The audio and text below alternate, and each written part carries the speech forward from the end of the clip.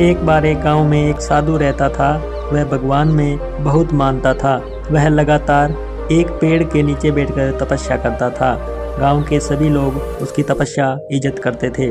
फिर एक बार गांव में भीषण बाढ़ आ गई। हर तरफ पानी पानी दिखाई दे रहा था। सभी अपनी जान बचाने के लिए इधर उधर दौड़ रहे थे, लेकिन कई लोग ऊंचे स्थानों की तरफ बढ़ने लगे। इसी बीच लोगों ने देखा कि साधु बाबा पेड़ के नीचे ही बैठे हैं। सभी ने उन्हें सलाह दी कि वह अपनी जगह छोड़ दे और भाग ले, लेकिन साधु महाराज ने कहा कि तुम लोग अपनी जान बचाओ, मुझे तो मेरा भगवान बचाएगा। धीरे धीरे पानी बढ़ता गया। साधु अपनी जगह पर ही रहा। पानी की साधु की कमर तक पहुंच गया था। फिर इतने में इसके पास से एक नाव गुजरी। उस नाव में एक मल्लाह था। उसने कहा कि ये साधु महाराज, आप इस नाव पर आ जाएं और मैं किसी सुरक्षित स्थान पर आपको पहुंचा दूंगा।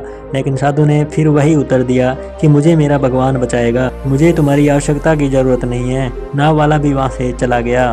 कुछ देर बाद बाढ़ और भी ज्यादा हो गई। साधु को लगा कि उसे पेड़ पर चढ़ना होगा। साधु ने सोचा कि उसे वहां बैठकर ईश्वर को याद करना होगा। इतने में उसे गड़गड़ाते हुई आवाज सुनाई दी। उसने देखा कि एक हेलीकॉप्टर उसकी मदद के लिए आया हुआ है।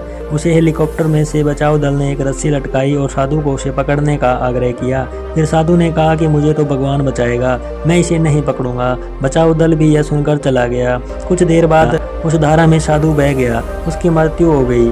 जब मृत्यु के बाद साधु महाराज स्वर्ग पहुंचे तो उन्होंने भगवान से पूछा कि मैंने तुम्हारी आराधना इतने मन से की, लेकिन फिर भी मैं डूबकर मरा, मुझे तुम बचाने क्यों नहीं आए? आपने ऐसा क्यों किया?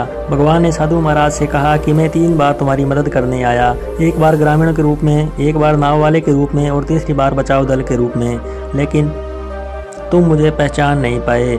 इस कहानी से हमें यह शिक्षा मिलती है कि ईश्वर में हमें कई मौका देते हैं, लेकिन यह ईश्वर किसी भी प्रतीक्षा नहीं करते हैं।